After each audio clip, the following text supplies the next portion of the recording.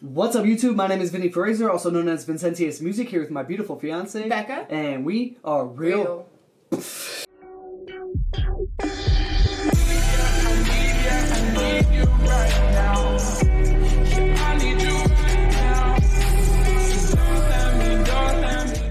What's up, YouTube? Thanks for coming to our channel today. Real here, and today we're getting back into Terra Infinita. We are on part 2, chapter 20, I believe.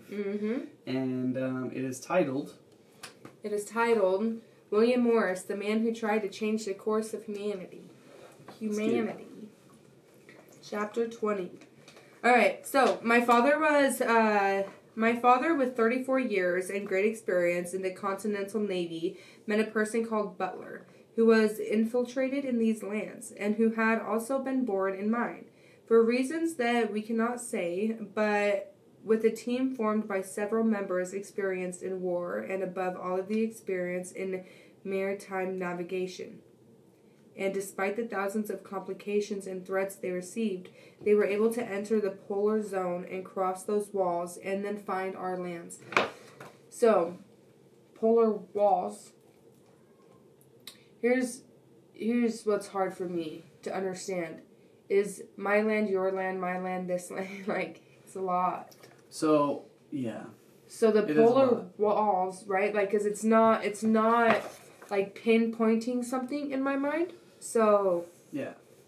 The writing of this sometimes confuses me. The wording does. Yeah, so right away it's my father, right? So, right. So this is from her.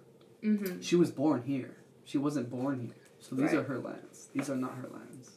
Right. These are our lands. But... And the polar zone is just the ice wall. Yeah, pretty much, yeah. Okay. The way through, I think.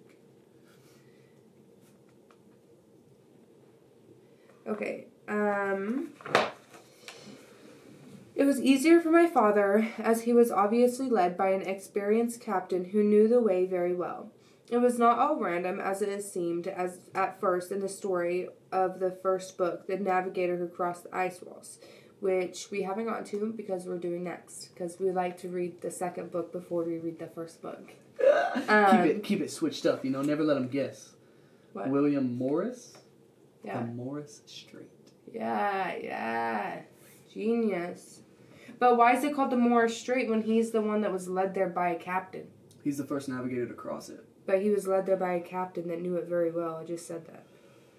It said, it was easier for my father as he was obviously led by an experienced captain who knew the way very well. It was not all random as it seemed at first in the story of the first book, The Navigator Who Crossed the Ice Walls. The reality is that Butler was an expert person in the subject of navigation, as he led the Naval Council in my homelands. He was visited these lands... So, he is the Naval Council of Mr. this Morris. Oh, okay. lands. Of the ancestral lands. Yes. Okay. Yeah. And not of he ours. helped Morris go through. Yes. That's sick. So, in the first book, it doesn't tell you all that. Okay. He has visited these lands many times, more than the world imagines. He is... Imagines. He is one of those who was done and contributed the most to allow us to infiltrate here and put into action the plan that he had devised together with my father. As I said before, they have fought together with many of us who continue fighting for these lands, which we keep in our hearts and which are as much our lands as theirs. Although I do not feel at ease here for obvious reasons about the damned race that is in power and that manipulates and prevents its development freely, these lands should belong to the human being. I mean, the real human being, not that false dome that only nods its head to what it is imposed from above. It must be ours because that is how it is dictated from the celestial lands to Hyperborea. The human being should not seek to escape from here, but to subdue its colonizer and expel it. I understand that what I am expressing is certainly very complex to carry out today. That is why an alternative plan has sought, which is to get humanity out of here before the next reset. You guys hear that? Next reset. Like, how many resets? This is Hyperborea right here. How many? Right in the middle. That was yeah. And Hyperborea, what did she say about Hyperborea to the celestial lands? Ooh. Let me find the beginning of this run-on sentence. Hyperborea? Yeah, I found that. But where's the beginning of this huge sentence? It's literally this entire thing. As I said before, they have fought together with many of us who continue fighting for these lands, which we keep in our hearts and which are as much our lands as theirs. Although I do not feel at ease here for obvious reasons about the damned race that is in the power that is manipulates and prevents its development freely. These lands should belong to the human being. I mean the real human being, not the false dome that only nods its head to what is imposed from above.